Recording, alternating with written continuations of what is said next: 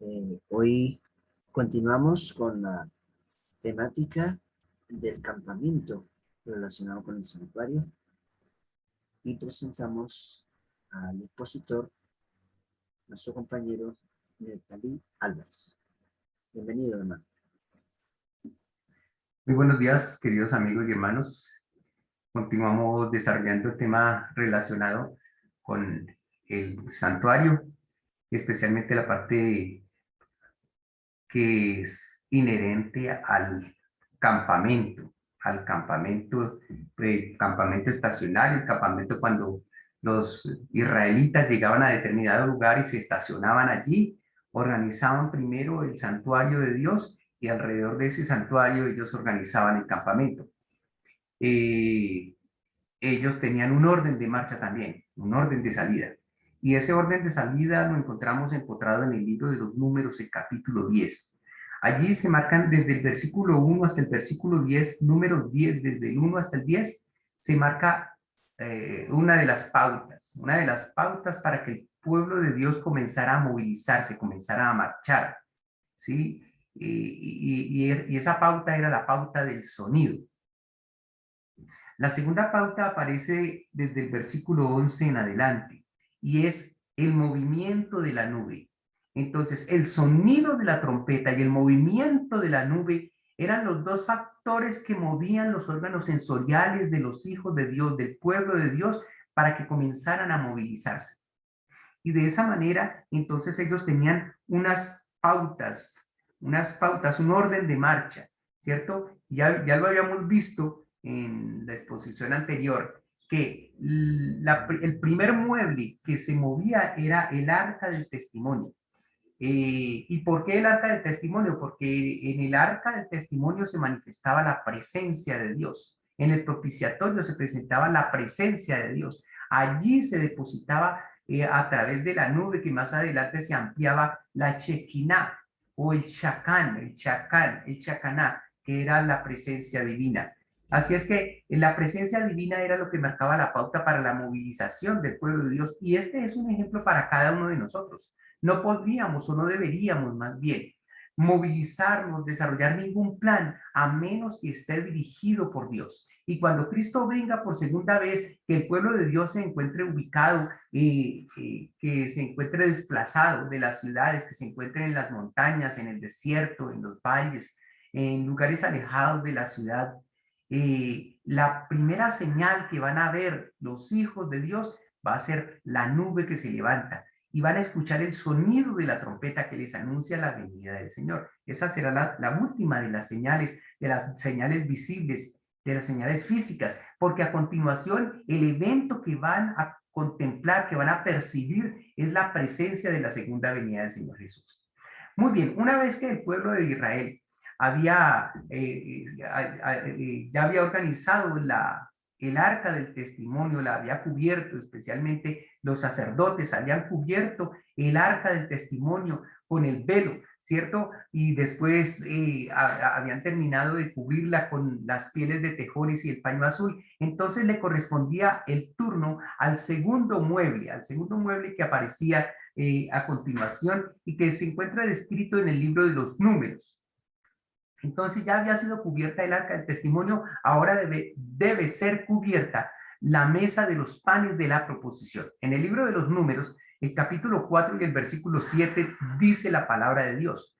Sobre la mesa de la proposición extenderán un paño azul y pondrán sobre ella las escudillas, las cucharas, las copas y los tazones para libar, y el pan continuo estará sobre ella, y extenderán sobre ella un paño de color carmesí, un paño rojo, y lo cubrirán con la cubierta de pieles de tejones y le pondrán sus varas. Noten ustedes que aquí ya existe una diferencia entre el recubrimiento de la mesa de los panes, de la proposición, y el recubrimiento del arca del testimonio. El arca del testimonio, el último paño que se colocaba era el paño azul. Aquí con la mesa de los panes no sucedía eso. Se colocaba primero el paño azul sobre la mesa de los panes de la proposición y enseguida se colocarían sobre esa mesa otros instrumentos y menciona escudillas, cucharas, copas y tazones para libar, y el pan ácimo, el pan de la proposición, estaría sobre esa mesa. Entonces, noten ustedes el orden de las cosas y la cantidad de enseres que se colocaban sobre la mesa de los panes de la proposición, ¿cierto? Junto con ella. O sea, todos estos implementos, todos estos, por decirlo algo así, cubiertos que formaban parte de la manipulación del pan de la proposición, eran anexos o pertenecían a la mesa de los panes de la proposición. Formaban parte de ese mueble. Estos cubiertos o estos accesorios formaban parte de la mesa de los panes de la proposición, estaban con ella, formaban parte de ese rito, de esa manipulación. Es decir, yo no puedo decir que la mesa de los panes de la proposición forma una etapa en la santificación del pueblo de Dios o en la glorificación del pueblo de Dios, ¿cierto? ¿Por qué? Porque si decimos que esta mesa de los panes formaba una etapa, entonces querría decir que nosotros anexamos más caminos o más etapas o más tramos de camino, por decirlo así, al plan de salvación, que tiene solo 4 etapas, ¿cierto? Que presenta 4 etapas de manera organizada. Lo demás que nosotros, los demás inmuebles o los demás enseres que aparecen allí, forman parte de esa misma etapa, de ese mismo tramo, ¿cierto? Entonces sigue diciendo la palabra de Dios. Y extenderán sobre ella un paño carmesí, un paño rojo, y lo cubrirán con la cubierta de pieles de tejones y le pondrán sus varas. Entonces tenemos en orden la mesa de los panes como tal. Y enseguida, entonces, como aparece en la figura, se colocaba el paño azul que era el que cubría la mesa como tal. Y sobre ese paño azul, entonces se encontraban los instrumentos, las escudillas, cucharas, copas y tazones que formaban parte de ese ritual. Y una vez que se encontraba cubierta la mesa de los panes con sus enseres, con sus cubiertos, entonces se le colocaba un paño de color rojo, color carmesí, y enseguida después se colocaba un paño que era de pieles de tejones, ¿cierto? La humildad, nosotros ya explicamos un poquito acerca de esto, lo que significaba la sencillez, la humildad, porque, bueno, esto lo van a explicar los expositores que hablen acerca del arca del testimonio y de la mesa de los panes. Representaba también la naturaleza humana de Jesús, ¿cierto? El Señor Jesús, cuando vino a esta tierra, se vestía sencillamente, porque era un símbolo de su carácter, ¿cierto? Él decía en el libro de Mateo, aprended de mí que soy manso y humilde de corazón. Sus profetas siempre se vistieron de manera humilde. El profeta Elías utilizaba un vestido de piel de camello, ¿cierto? Así es que nos damos cuenta que la obra de salvación viene para todos los humildes. Eso se va a explicar en detalle más adelante cuando se hable precisamente acerca de cómo cada uno de estos muebles representaba a Jesús y representaba al cristiano. Muy bien, entonces, ¿cuál es la diferencia con el arca del testimonio? Que el arca del testimonio se veía era un paño azul, y aquí en la mesa de los panes se ve es un paño de piel de tejón. Ahí ya entonces quienes iban en el desfile, en la procesión, en el desplazamiento del pueblo de Israel por el desierto, diferenciaban la mesa de los panes por la piel de tejón y diferenciaban el arca del testimonio porque estaba cubierta por el paño azul. Esa era la diferencia externa de esos instrumentos. Y ahí ya lo tenemos entonces, un ejemplo, ¿cierto? Más práctico de cómo estaba cubierta la mesa. Entonces estaban cada uno de los cobertores, el paño azul, los enseres, el paño rojo o carmesí, y finalmente las pieles de tejón. Muy bien, entonces continuamos con este comentario relacionado con la mesa de los panes. Se dice específicamente que el pan no podía ser retirado de la mesa de los panes de la proposición. Y durante todo el viaje, el pan de la proposición debía estar en la mesa como lo estaba cuando el santuario estaba en pie. Es decir, permanecía ese pan sobre la mesa, no se retiraba, no se llevaba a ningún otro lugar. Y todo eso también tiene una explicación que luego se va a presentar en esta exposición. Bueno, este pan de la cara debería estar siempre, o de la proposición, debería estar siempre recordando el cuidado que Dios tiene para con su pueblo, para otorgarles el alimento diario, el alimento espiritual, a su tiempo, tanto el alimento material como el alimento espiritual. Entonces, es muy simbólico que ese pan debería, aún en el desplazamiento del santuario, en el desplazamiento de la mesa de los panes de la proposición, debía estar allí en la mesa, reflejando el cuidado permanente, el cuidado constante, el cuidado tamid, el cuidado continuo de Dios hacia su pueblo. Por eso, la mesa de los panes de la proposición formaba parte del tamid, que más adelante explicaremos en detalle. Se encontraba en 2 filas, ¿cierto? En 2 filas de 6 panes cada fila. Y este es un ejemplo de lo que aparece allí.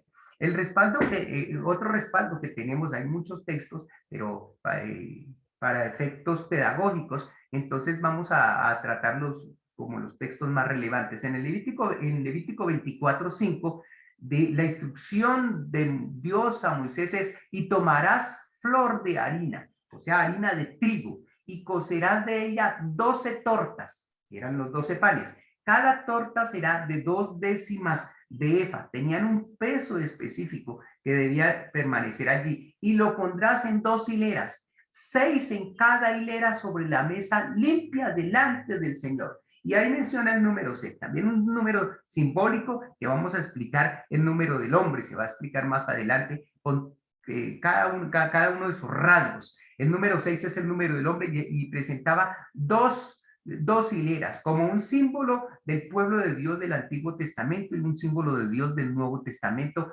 relacionado con el hombre como pueblo de Dios, no con el número 12. Eso también es significativo y también lo vamos a ver más adelante. Y dice el versículo 7, y pondrás también sobre cada hilera incienso puro, y será para el pan como perfume, como una ofrenda encendida al Señor. Qué descripción tan maravillosa sobre cómo Dios alimenta a su pueblo. Y noten una cosa, está íntimamente relacionada con el incienso. Escuchen una cosa, mis queridos hermanos y amigos. El pan de la proposición, nos dice el versículo 7 de Levíticos 25, que estaría relacionado con el incienso. Y el incienso es un símbolo de las oraciones de los santos. Claro, en primera instancia es un símbolo de la vida perfecta de Jesús. Eso, en un tema de más profundidad, lo explicamos con anterioridad. Pero inicialmente es un símbolo de las oraciones de los santos que se añaden a la vida perfecta de Jesús, que es la justicia que Dios acepta. Es decir, un símbolo de la oración en primera instancia. Y en segunda instancia se nos habla acerca del pan. El pan es un símbolo de las palabras de Dios. Ayer lo explicamos, no se expuso, pero explicamos que el pan es un símbolo de la palabra de Dios. Lo explicamos basados en el libro de Juan, el capítulo 6, ¿cierto? Entonces, la oración y el estudio son 2 elementos importantes en el alimento del cristiano, en el alimento del Hijo de Dios. Son los que le permiten crecer y desarrollarse. Y después vamos a ver el otro elemento que forma parte de esto, que es la testificación. Escuchen lo que dice el versículo 8 y lo que hemos venido estudiando durante este trimestre en la lección del folleto de la escuela sabática. Dice: cada sábado lo pondrá continuamente, y nuevamente aparece la palabra continuo, tamid, en orden, delante del Señor, en nombre de los hijos de Israel, dice, como pacto perpetuo. ¿Qué quiere decir como pacto perpetuo? Pacto perpetuo, la palabra perpetuo significa hasta que se cumpla la promesa, ¿cierto? ¿Y cuándo se cumplió la promesa? Cuando vino el pan que descendió del cielo, cuando Cristo Jesús vino a esta tierra. y se transformó entonces en el verdadero pan de la proposición, un pan sin levadura, un pan sin pecado para nosotros, un pan que refleja la vida perfecta de Jesús, de quien podemos alimentarnos permanentemente para tener una guía, para tener un patrón de conducta mientras estamos en esta tierra, en este peregrinaje aquí en esta tierra. Muy bien. Algunas de las enseñanzas que podemos extractar de la mesa de los panes de la proposición y también de cómo era el orden de desplazamiento y cómo debía organizarse. Entonces, tenemos en primer lugar la nube, luego el arca y luego la mesa de los panes de la proposición. Y continúa el turno, entonces, según lo que dice el libro de los números, a el candelabro. El candelabro era el siguiente mueble que aparecía en el lugar santo, ¿cierto? En el Codex estaba la mesa de los panes, estaba el candelabro y estaba el altar de oro.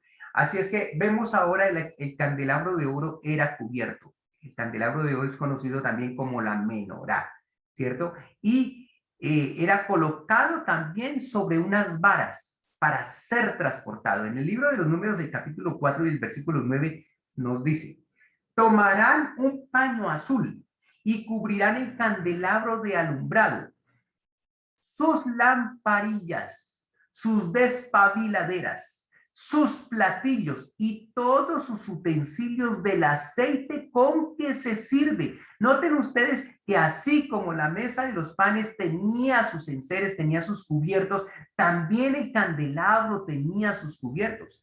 ¿Cierto? Aquí lo está mencionando, lámparas, las lámparas del candelabro, tenía sus despabiladeras, o sea, para quitar el pabilo, la mecha que estaba en la mitad, que era la que se permeaba del combustible para alumbrar, del aceite para alumbrar, entonces formaban parte también del candelabro. También los platillos sobre los que se colocaban las lamparillas y todos los utensilios del aceite donde se almacenaba el aceite santo, ya el aceite limpio, el aceite que servía como combustible.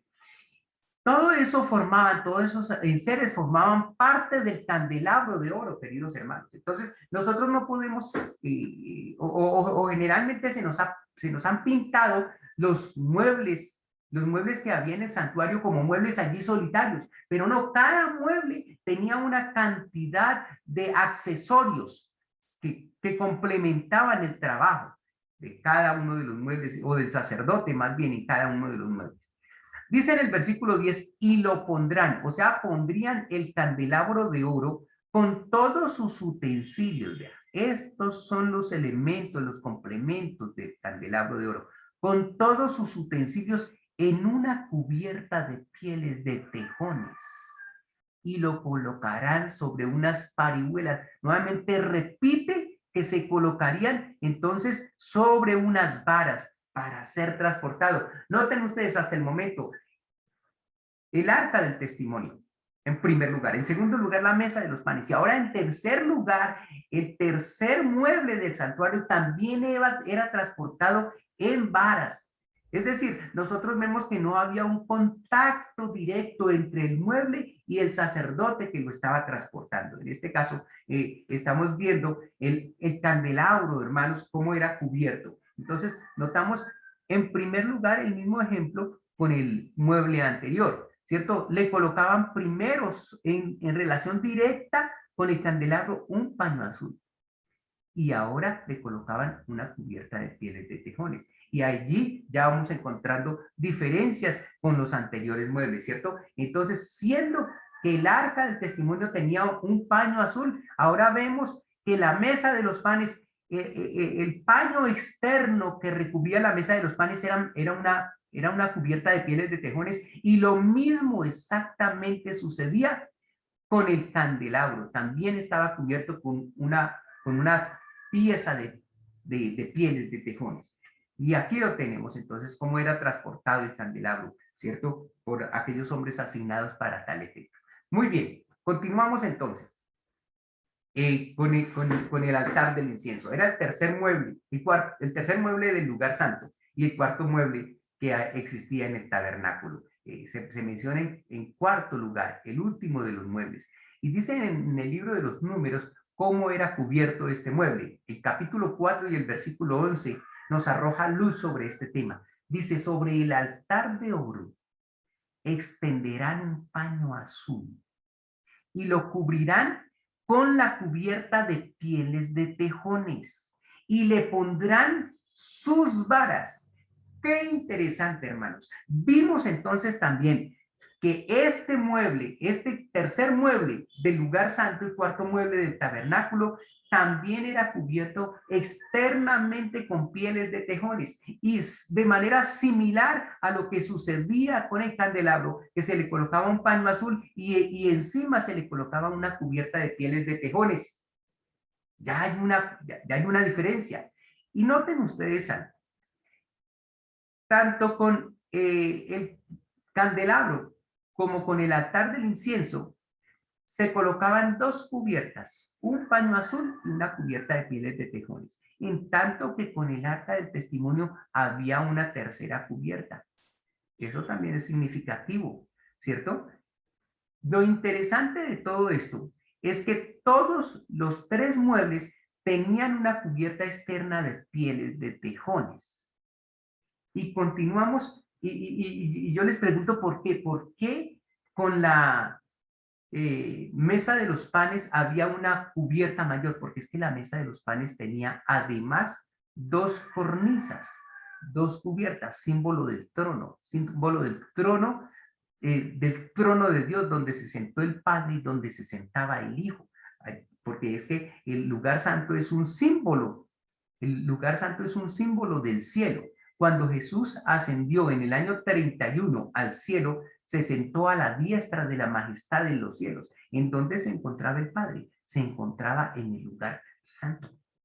Allí se encontraba en el lugar santo, porque estaba más cerca de su hijo, era el lugar más cercano a la tierra para estar pendiente de su hijo. Entonces se encontraba en el lugar santo de un lado, y de otro lado el Padre se encontraba allí en el lugar santo, porque allí Jesús iba a comenzar su intercesión desde el año 31 hasta el año 1844.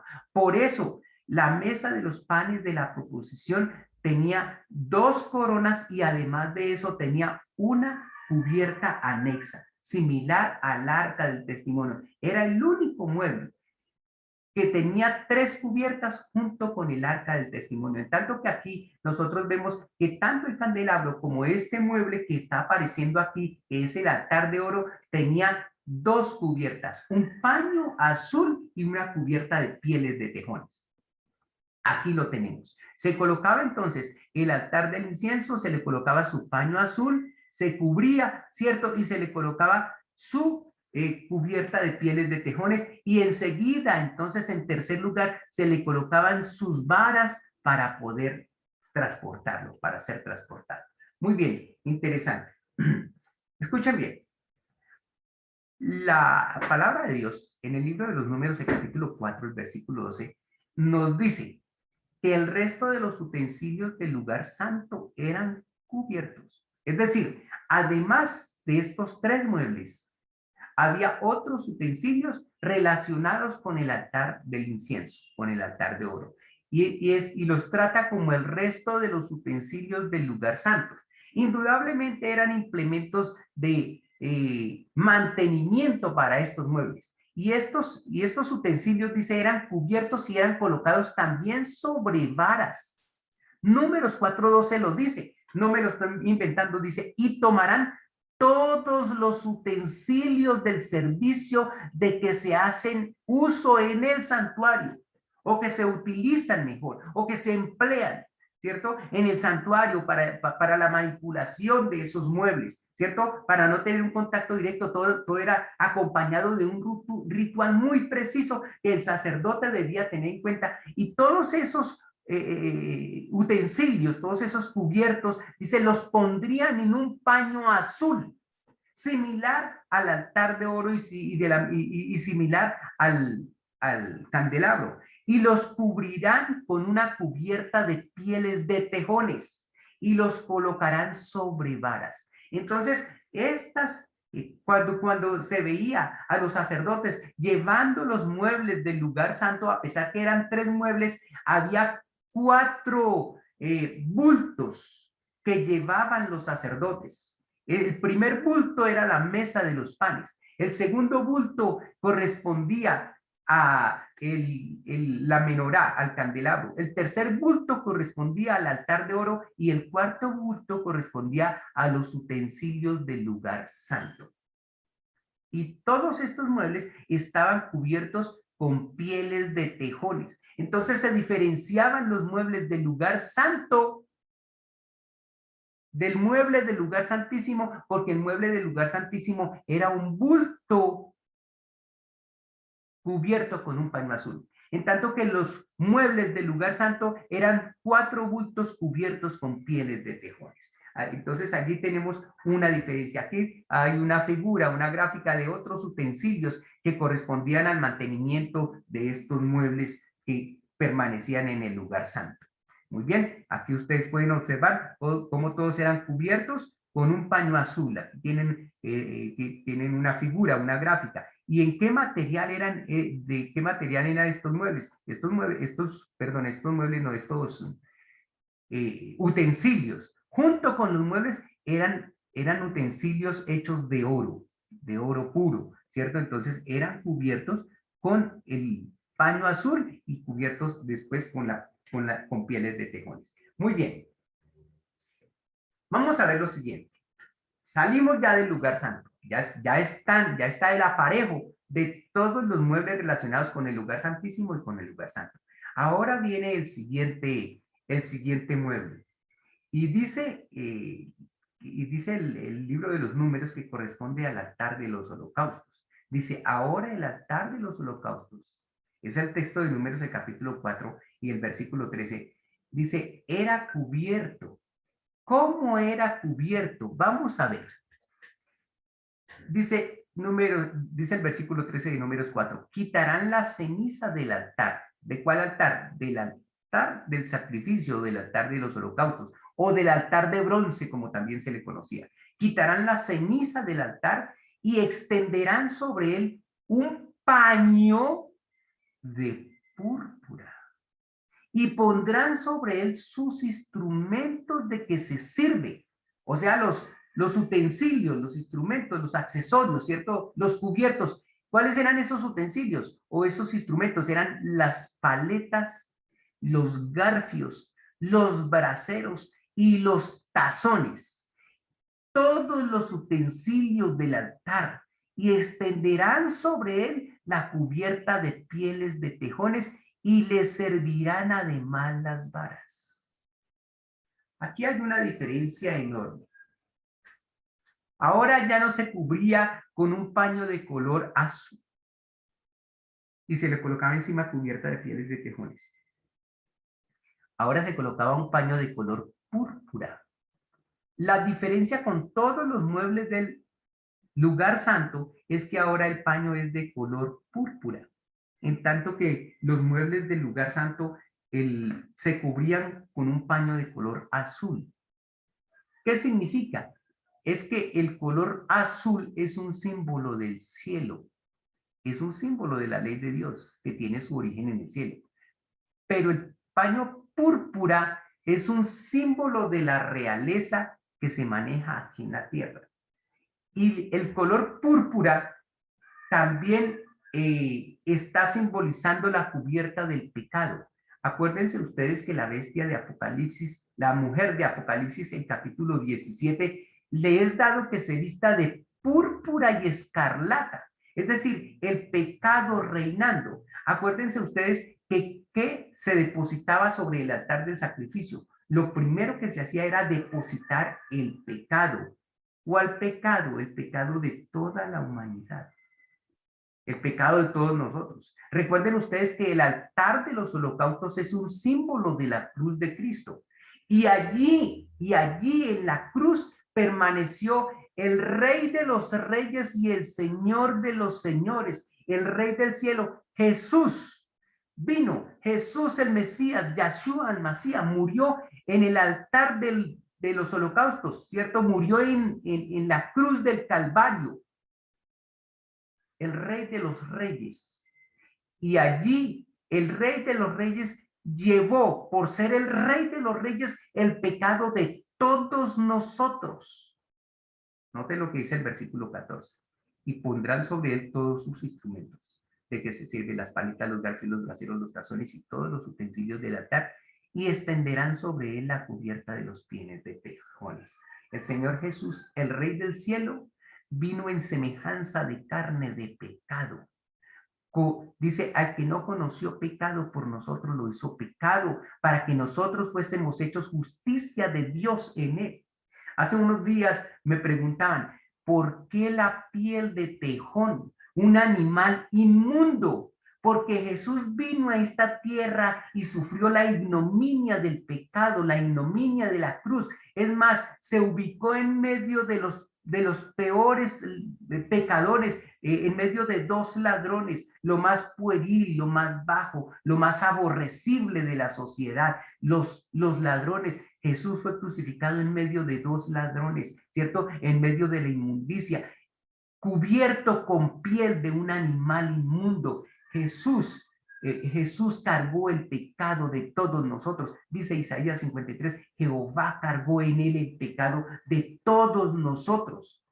Como dice San Juan en capítulo 3 y el versículo 15, ¿cierto? Como Moisés levantó la serpiente en el desierto, así es necesario que el Hijo del Hombre sea levantado, ¿cierto? Es decir, dice, mirarán a Jesús al que traspasaron al ser levantado, ¿cierto? Como la serpiente del desierto, como un animal inmundo. Asimismo, ese altar de los holocaustos, símbolo de la cruz, menciona o es un símbolo del Rey de los Reyes, Jesús nuestro Salvador, en semejanza de carne de pecado, llevando el pecado de todos nosotros.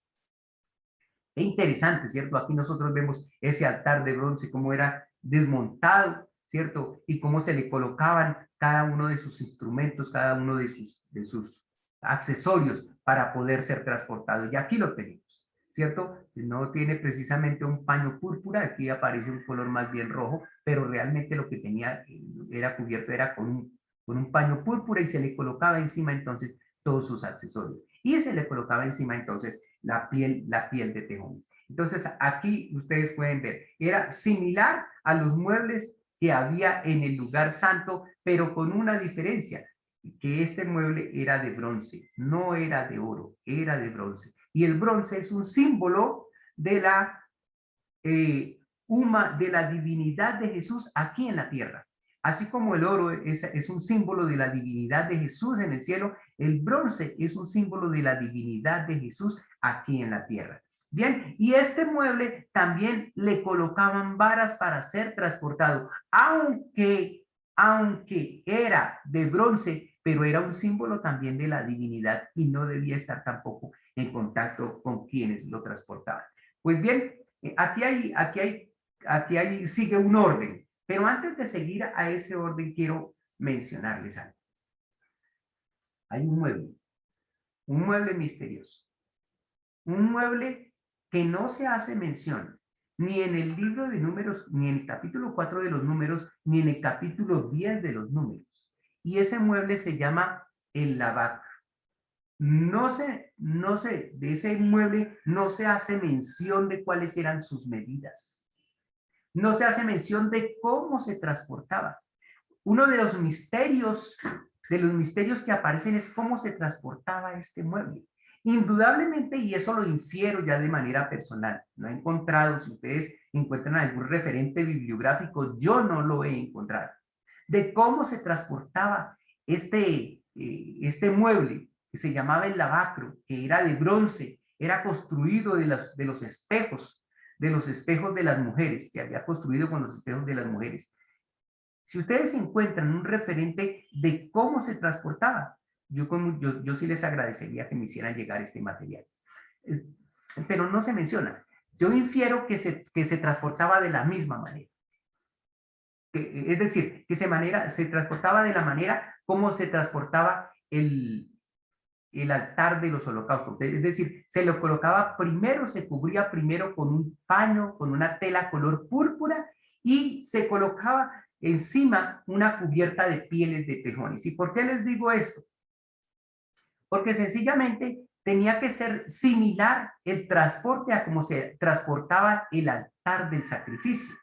¿Y por qué debía ser similar? Porque ese mueble se encontraba continuo o vecino al altar del sacrificio. Y si los muebles que había en el lugar santo, todos tenían una característica similar, un denominador común, que era un paño azul y después una cubierta de pieles de tejones, infiero que así como la mesa de los panes, el altar de oro y el candelabro estaban cubiertos de esa manera, ahora el altar del sacrificio, al tener una cubierta púrpura y luego una cubierta de pieles de tejones, entonces debía ser el patrón que seguía el candelabro, el lavaca. Así es que es lo que yo infiero, lo que yo pienso, ¿cierto? Pero si alguno de ustedes encuentra un referente bibliográfico, por favor me lo hacen saber a través de algún comentario que yo después hago la investigación respectiva.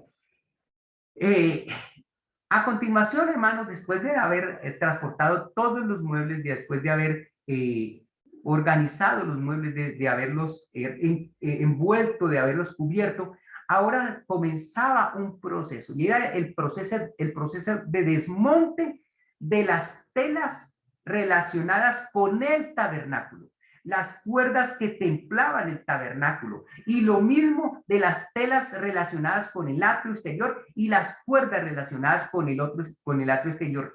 Cada uno de esos implementos era organizado de manera minuciosa, de manera organizada, y se cargaban en carretas, se cargaban en carros, ¿cierto? Entonces, los levitas se encargaban de hacer este trabajo. ¿Y cuáles eran las telas? Escuchen bien, había 4 telas. El lino torcido, que era un color blanco, el color azul, el color púrpura y el color carmesí. Y cada uno de estos colores tenía su significado. No era al azar que se habían elegido estos colores. Estos colores también están relacionados con Cristo Jesús y también con el cristiano. El color blanco o el color lino, un símbolo de la vida perfecta de Jesús, de su vida inmaculada, de su vida limpia, de su vida sin pecado, ese color lino.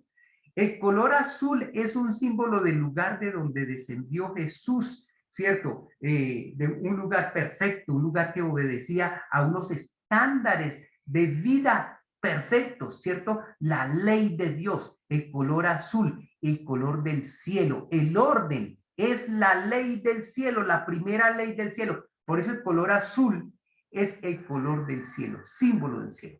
Entonces tenemos 2 colores, el lino, símbolo de la justicia de Jesús, y el color azul, símbolo de la procedencia de Jesús y de su santa ley. El color púrpura, un símbolo de la realeza de Jesús. En el libro de Lucas y en el libro de Marcos vemos que a Jesús le pusieron una corona de espinas sobre su cabeza, pero además de eso le vistieron con un manto de color púrpura y le gritaban: "Salve, Rey de los judíos". Ese manto de color púrpura era un manto de ignominia, un manto blasfemo, un manto que no correspondía, pero ellos querían simbolizar que Jesús, como decía, que era el Rey del cielo, y los discípulos, como decir, que era el Rey de los judíos, y los discípulos como lo afirmaban, entonces por eso lo vistieron con un manto de púrpura para burlarse de él, ¿cierto? Y para decirle que era un rey en esclavitud, un rey en decadencia, un rey que se había acabado, un rey al que sus discípulos, al que sus siervos, al que sus soldados habían abandonado. Se burlaron de Jesús, pero los reyes, hermanos, se vestían de color púrpura. Por eso la mujer de Apocalipsis 17 se viste de púrpura, porque dice ella: "Yo soy sentada reina y no seré viuda y no veré llanto", ¿cierto? Entonces el color púrpura es el símbolo de la realeza. Eso se va a explicar con todos los textos, acuñado con todos los soportes, para que entendamos que el color púrpura es el color de la realeza. Y el color carmesí, el color rojo, es un símbolo del pecado, ¿cierto? Entonces lo primero que se veía es el color carmesí, el color rojo, y lo último que se veía es el color blanco. ¿Por qué? Porque Jesús cubre todo, ¿cierto? Con su realeza y con su perfección celestial y su eternidad.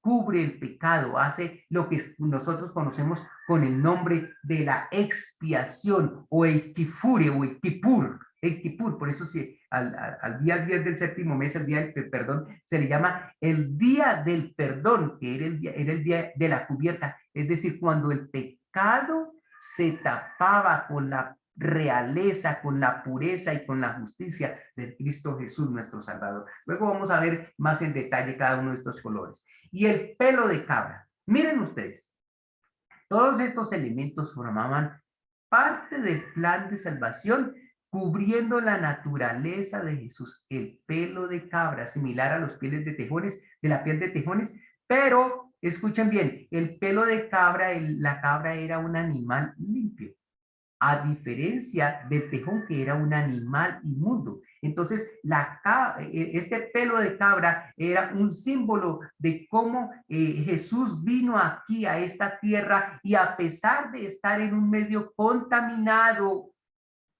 Jesús fue limpio o permaneció limpio para el cielo y para la eternidad. Luego también se va a ver más en detalle el concepto de las cabras. Y yo espero que ustedes me comprendan, pero cada uno de estos elementos merece un comentario aparte. Es un tema, si nosotros habláramos solo de las cabras, cubriríamos un gran espacio porque tiene un enorme significado dentro del plan de salvación. Y muy bien, y continúa entonces las pieles de carnero teñidas de rojo. Entonces, es interesantísimo notar que aquí aparece otro animal relacionado con el plan de salvación, animal de sacrificio. Escuchen bien, la piel de tejón no era para sacrificio, pero estos animales, las cabras y los carneros, ¿cierto? Así como las vacas, los toros y los machos cabríos, todos eran animales de sacrificio relacionados con el perdón.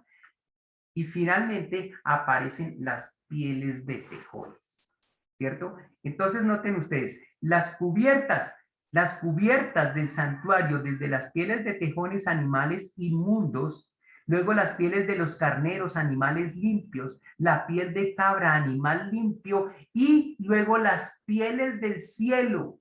Noten una cosa, primero aparecen los animales, desde los más limpios, desde los más inmundos, de los más sucios, de los que contaminan más, hasta los animales más limpios, dentro del proyecto de salvación aquí en la tierra. Y luego aparecen las cubiertas del cielo, ¿cierto? Lo que hace el cielo, lo que hace Dios por el hombre. Entonces, hay 4 cositas aquí, 4 colores relacionados con la divinidad, con el papel de la divinidad, y 4 cosas relacionadas con la humanidad. Que claro, estos simbolizan a Jesús en semejanza de carne de pecado hasta donde vino Jesús, el descenso de Jesús, desde su justicia inmaculada, eterna, hasta descender en semejanza de carne de pecado, morir como un vulgar ladrón, ¿cierto? Y luego como un animal limpio, ¿cierto? Siendo simbolizado por un animal limpio en los sacrificios cotidianos, en los sacrificios del tamid, y luego con el pelo de cabra, símbolo del macho cabrío, que estaba relacionado con el lugar santísimo y con el día del perdón. Eran los animales relacionados con el lugar santísimo. Y vean ustedes, una cubierta, 2 cubiertas, 3 cubiertas y 4 cubiertas.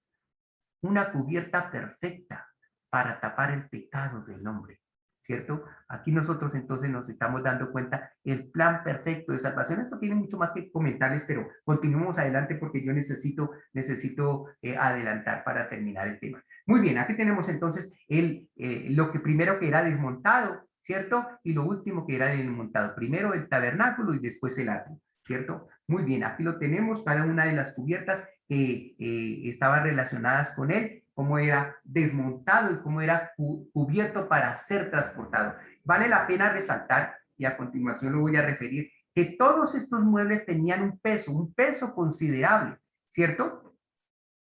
Y y ese peso debían asumirlo los sacerdotes, y para ello utilizaban algunos instrumentos que voy a mencionar a continuación. Entonces, quiero, antes de pasar a la siguiente diapositiva, resaltar lo siguiente. Todos los muebles que había en el lugar santísimo, que era el arca del testimonio, lo que se veía era una cubierta azul. Los muebles relacionados con el lugar santo, todos tenían una cubierta externa de pieles de tejones. Y lo mismo sucedía con todos los muebles. Ahora todos los muebles eran cubiertos con pieles de tejones. Lo único que se veía cubierto de un paño azul era el arca del testimonio. ¿Por qué razón? ¿Por qué? ¿Por qué? Porque es que el arca del testimonio era un símbolo de la presencia divina. Y si por alguna razón algún miembro del pueblo de Israel, algún sacerdote, se llegaba a entrar en contacto con algún mueble externo, estaba cubierto con pieles de tejones. Pero la presencia divina se manifestaba en el arca del testimonio. Debía ser diferenciada de los demás muebles, para que nadie, absolutamente ni por equivocación, tocara el arca del testimonio. Cuando Moisés se acercó a la zarza que ardía en el desierto, que no era otra cosa que un símbolo de Jesús el Mesías, de Jesús en su plena divinidad, un símbolo de la gloria del cielo, Dios le advirtió a Moisés, le dijo: quita el calzado de tus pies, porque el lugar en donde tú estás es un Kodesh, es un Kodesh Kodashim, es un lugar santo. Lo mismo sucede con nosotros, hermanos. Cuando nos acercamos a las cosas santas, debemos quitar el calzado de nuestros pies y debemos diferenciarlas. Por eso el arca del testimonio tenía una cubierta azul y todos los demás bultos tenían una cubierta parda, una cubierta café oscura, una cubierta de piel de tejón, como es el color de la piel de tejón. Se diferenciaba la divinidad de todos los demás muebles, hermanos, para que el ser humano tuviera muy en claro que al acercarse a Dios debe hacerlo con manos limpias, con mente limpia, con calzado, quitando el calzado de sus pies que está contaminado por la relación, por el contacto con Egipto, con Babilonia, con el mundo. Al acercarnos a Dios, ese debe ser una de las características de las cosas que nosotros debemos tener en cuenta. ¿Y cómo se hacía, hermanos? Para mañana vamos a tratar de explicar entonces cómo se desmontaba toda esta estructura de madera, cuáles eran las etapas. Vamos a verlas ya en orden para tener un solo tema. Una vez que se desmontaba todo esto, entonces había una estructura y había un orden que se cargaba en carros, ¿cierto? Entonces, inicialmente todo esto se cargaba en carros por el peso que tenía. Mañana voy a desarrollar esta explicación. Que Dios los bendiga, hermanos. Vamos a hacer la oración para terminar esta exposición, y con base en eso, entonces, damos lugar a cada una de las preguntas. Oremos, mis queridos hermanos. Padre nuestro que moras en los cielos, nos sentimos felices porque hemos tenido otra exposición relacionada con el campamento en marcha. ¿Cómo se manejaban los muebles, Señor, en el desierto? Y la enseñanza que nos muestra también cómo nosotros, mientras vamos por este mundo, este ejemplo del pueblo de Israel, que es un ejemplo para cada uno de nosotros, mientras transitamos hacia la Canaán celestial, así como ellos transitaban hacia la Canaán terrenal, nosotros también debemos tener cuidado al acercarnos a las cosas santas, porque corremos el peligro de perder nuestra alma para siempre. Perdona, Señor, nuestra ignorancia. Perdona, Señor, nuestros hierros, nuestros desaciertos. Guía nuestra mente para que adquiramos conocimiento, para que no seamos esparcidos, para que entendamos que así como el pueblo de Israel transitó hacia la Canaán terrenal y nosotros vamos hacia la Canaán celestial, debemos tener un comportamiento minucioso, más estricto, más organizado, más cuidadoso, entendiendo, Señor, que a nosotros nos espera una patria mejor. Guíanos en la comprensión de estas grandes verdades. tan maravillosas y con las cuales enriquecemos nuestra vida personal. Ayúdanos a ser conscientes de la presencia constante de tu Santo Espíritu con nosotros, para que nuestro comportamiento esté de acuerdo, sea articulado, sea consecuente con la presencia divina en nuestras vidas. Acompáñanos, Señor, en este día. Y acompaña, Señor, esta exposición, para que al alma que llegue sea tu Santo Espíritu y que impresione, y no sean las palabras de este humilde servidor, sino sea la influencia santa de tu Santo Espíritu, de tu Ruach HaKodesh. No te lo ruego porque tenga ningún mérito, Señor. Todo el mérito existe en Jesús nuestro Salvador y es por el poder del Espíritu Santo y de la sangre de la virtud preciosa de mi Salvador que te ruego este favor y te agradezco tu presencia con nosotros. Amén y amén.